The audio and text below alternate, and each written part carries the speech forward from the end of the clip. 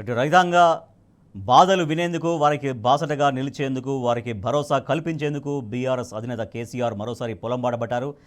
ఈ మేరకు ఇవాళ ఉమ్మడి కరీంనగర్ జిల్లాలో ఆయన పర్యటించబోతున్నారు. మరింత సమాచారాన్ని మా ప్రతినిధి సందీప్ అందిస్తారు. సందీప్, ఇలా కేసీఆర్ గారి టూర్ ఎక్కడా ఉండబోతోంది? ఎండిన పంట పొలాల పరిశీలన కార్యక్రమానికి రైతుల నుంచి ఎటువంటి స్పందన కనిపిస్తోంది?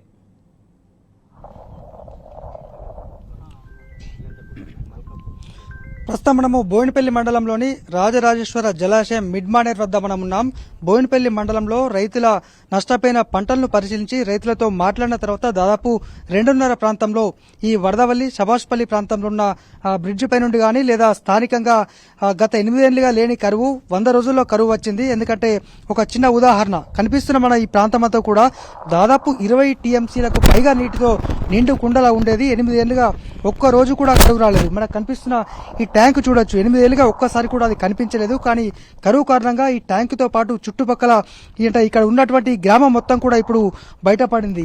ఈ కరువుకు నిదర్శనం ఈ 100 రోజుల పాలనలో ఇదంతా కూడా కనిపించింది. ఎందుకంటే 8 ఏళ్లుగా పుష్కలమైన నీటి సంపద ఈ ప్రాంతం సొంతం. మిడ్ మ్యానర్ కు పూర్తి స్థాయిలో నీరు విడుదలై ఈ ప్రాంతం అంతా కూడా ఈ సమయానికి దాదాపు 24 టీఎంసీల నీళ్లు ఇక్కడ నిల్వ ఉండేదని కూడా స్థానికులైతే చెప్తున్నారు. మనం చూస్తున్న ఇవన్నీ కూడా అప్పుడు ఉన్నటువంటి 10 ఏళ్ల క్రితం ఉన్నటువంటి ఇండ్లు. అక్కడ వీళ్ళు గతంలో ముంపు గ్రామాలకు సంబంధించినటువంటి వరదవెల్లి గ్రామం ఇది. వరదవెల్లి గ్రామంలోని ఇండ్లన్నీ కూడా ఇప్పుడు బయటపడ్డాయి. స్థానికులు కూడా ఈ కరువు కారణంగా తమ ఇళ్లను, తమ గ్రామాన్ని మరొకసారి చూసుకోవాల్సి వచ్చిందని కూడా వారు ఇటు బాధపడుతూనే ఈ విధంగా కరువుకు సంబంధించి రైతులైతే ఇటు ఆవేదన వ్యక్తం చేస్తున్నారు. మనకు నేరుగా కనిపిస్తుంది దత్తాత్రేయ దేవాలయము, ఒక ప్రముఖ దేవస్థానము. అంటే కొద్దిగా నీరు తక్కువ ఉన్నప్పుడు ఈ ప్రాంతానికి బోటు ద్వారా దేవాలయానికి దర్శించుకునేందుకు వచ్చేవారమని కూడా స్థానికులు అంటున్నారు. స్థానికంగా పోచమ్మ గుడి, అలాగే దేవాలయము, ఇక్కడ ఈ స్కూలు ఇవన్నీ కూడా ఇప్పుడు బయటపడ్డాయి. 8 ఏళ్లలో ఎటువంటి కరువు లేకుండా ప్రశాంతంగా ఉన్నటువంటి ఆ స్థితిలో ఇప్పుడు నీరు బయటపడడం, అంటే నీరు లేక ఇవన్నీ ఇండ్లు రావడము, స్థానికులైతే ఆగ్రహంతో పాటు వీరంతా కూడా రైతులను ఆదుకోవాలనేటువంటి డిమాండ్ కనిపిస్తోంది. ప్రస్తుతము ఈ వరదవెల్లి, కొదురుపాక, సభాష్పల్లి గ్రామాలకు చెందిన రైతులు అలాగే గ్రామస్తులు మనతో పాటు ఉన్నారు. మొత్తంగా ఈ కరువును ఇప్పుడు మీకు ఈ ఇళ్ళన్నీ కూడా కనిపిస్తున్నాయి. ట్యాంకు పూర్తిగా 8 ఏళ్ళుగా కనిపించలేదు అంటున్నారు. ఎలా ఉంది మరి ఏంటి? ఈ మధ్యమాన రాజరాజేశ్వర స్వామి పేరు పెట్టారు, రాజరాజేశ్వర జలాశయం అని. ఇది డ్యామ్ కాదు, ఇది ఒక రిజర్వాయర్. దీనిలో ఎప్పటికి కూడా కనీసం 20 నుంచి 24 టీఎంసీలు, వర్షాకాలంలో 27 టీఎంసీల వరకు కూడా కేసీఆర్ గారు వారి పరిపాలన ఉంచినారు. ఇక్కడ నుండే అన్ని డ్యాములకు మొత్తం తెలంగాణ మొత్తం వాటర్ సప్లై అవుతుంటే ఎప్పటికీ వాటర్ రావడము, లిఫ్ట్ చేయడము కాళేశ్వరం ప్రాజెక్టు నుండి, ఇక్కడ నుండి Pochamma plus lower Maneru, Kakatiya canal ద్వారా కానీ టోటల్గా ఇది ఎటు చూసిన కోనసీమలాగా కనబడేది. సముద్రం లేదు కానీ సముద్రంను తలపించే విధంగా ఈ మధ్యమానేరు ఉండేది.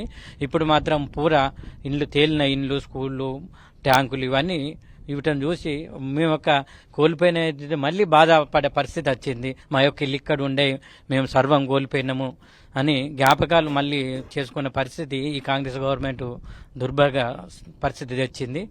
ఈ 100 రోజులలోనే 100 సంవత్సరాలకు సరిపోయే కరువును ఈ తెలంగాణకు చూంచినారు. కరువు వచ్చింది కాంగ్రెస్ తోటి కానీ కాలం రాలేదు.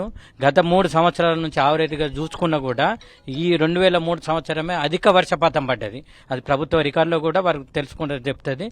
ఓన్లీ కరువు తెచ్చింది ఏంటంటే కాంగ్రెస్ వాళ్ళ అసమర్థత పరిపాలన వలన వాళ్ళకి అవగాహన లేక ప్రజలను ఇబ్బంది పెట్టి రైతులను ఆగమగోసారం చేసి రోడ్డు మీద పడేసిన కాంగ్రెస్ ప్రభుత్వం. మరి బీఆర్ఎస్ అధినేత బయలుదేరారు, అడుగడుగునా నీరజన పలుకుతున్నారు. మరి మీ మండల్ బోయినపల్లికి, ఇటు ఈ సభాష్పల్లికి, కొదురుపాక, ఈ వరదవెల్లికి రాబోతున్నారు. మరి ఎటువంటి భరోసా కల్పిస్తారని ఆశిస్తున్నారు? వారు రైతులకు కానీ మిడ్మానర్ బాధితులకు కానీ వారు ఉన్నప్పుడు కాంగ్రెస్ గవర్నమెంట్లో ₹1 కూడా పేమెంట్ చేయలేదు. కానీ బీఆర్ఎస్ ప్రభుత్వం వచ్చినాకనే ఇది నింపడంతో సహా నిర్వాసితులకు అందరికీ కూడా న్యాయం జరిగేలా చేసి ప్రతి ఒక్కరికి R&R కాలనీ కావచ్చు, ప్యాకేజీ కాబట్టి అన్నీ ఇచ్చినారు. వారికి మేమందరం మా తరపునకెళ్ళి కూడా మేము వారికి స్వాగతం పలికేందుకు సిద్ధంగా ఉన్నాం. రైట్, ఇది వరదవెల్లి సభాష్పల్లి ప్రాంతంలో దాదాపు 2:30 తర్వాత 2 నుంచి 2:30 ప్రాంతంలో అధినేత కేసీఆర్ గారు రాబోతున్నారు. ప్రస్తుతం మనం ఈ చూసిన ప్రాంతం అంతా కూడా 8 ఏళ్లుగా పూర్తిగా నీట మునిగిపోయి దాదాపు 20 నుంచి 24 టీఎంసీల నీటితో ఒక రిజర్వాయర్ నిండుకుండలా ఉంది. కోనసీమగా మార్చేటువంటి ప్రాంతం ఇది. కానీ ఇప్పుడు పూర్తిగా ట్యాంకులతో సహా బయటపడ్డాయంటే ఎంత కరువు ఉందో మనం అర్థం చేసుకోవచ్చు. మరి కాసేపట్లో 1 నుంచి 2 గంటల ప్రాంతంలో బోయినపల్లి మండల్ హెడ్ క్వార్టర్స్తో పాటు అలాగే ఈ బోయినపల్లి మండలంలో ఉన్నటువంటి వరదవెల్లి, సబాష్పల్లి, కొదురుపాక ఈ గ్రామాలకు సంబంధించి ముంపు గ్రామాల్లో బయటపడ్డటువంటి ఇండ్లకు సంబంధించి అలాగే చుక్కా నీరులోకి ఎండిపోయిన ఈ మిడ్ మానేర్ రాజరాజేశ్వర సంబంధించినటువంటి దీన్ని కూడా రిజర్వాయర్ను అధినేత కేసీఆర్ గారు పరిశీలించబోతున్నారు. రైతులకు అలాగే స్థానికులకు కూడా భరోసా కల్పిస్తామనేటువంటి ధీమాను ఇక్కడ ఉన్నటువంటి వారు వ్యక్తం చేస్తున్నారు. ఎందుకంటే ఇప్పటికే నల్గొండతో పాటు అనేక జిల్లాల్లో పర్యటించారు. ఈ క్రమంలో రైతులకు స్పష్టమైన హామీ ఇస్తూనే రైతులకు అండగా నిలుస్తాం, 8 ఏళ్లుగా 10 ఏళ్లుగా లేని కరువు ఇప్పుడే ఎందుకు వచ్చేదో తేల్చుకుంటామని కూడా అధినేత చెప్పిన నేపథ్యంలో ఇటు రైతులు అలాగే స్థానిక కరీంనగర్ జిల్లా ప్రజల్లో కూడా ఒక సర్వత్రా ఆసక్తి అయితే నెలకొంది. Rajesh. Right, thank you Sandeep. Erravalli నుంచి కరీంనగర్కు బయలుదేరారు బీఆర్ఎస్ అధినేత కేసీఆర్. ఎండిపోయిన పంట పొలాలని పరిశీలించి రైతులతో నేరుగా ముఖాముఖి మాట్లాడబోతున్నారు. సాగునీళ్లు లేక పంటలన్నీ ఎండిపోయి కొన్ని లక్షల ఎకరాల్లో రాష్ట్ర వ్యాప్తంగా పంటలు ఎండిపోయి దాదాపుగా రాష్ట్ర వ్యాప్తంగా చూసుకుంటే 3,000 కోట్లకు పైగా నష్టం వాటిల్లింది మొత్తం యావత్ రాష్ట్ర రైతాంగానికి. దీంట్లో భాగంగా మొన్న నల్గొండ, సూర్యాపేట, జనగామ జిల్లాలో పర్యటించారు. ఇవాళ 2వ విడతగా పొలంబాట కార్యక్రమానికి బయలుదేరారు బీఆర్ఎస్ అధినేత కేసీఆర్. కొద్దిసేపట్లో కరీంనగర్ ఉమ్మడి జిల్లాలోకి ఆయన ఎంటర్ కాబోతున్నారు.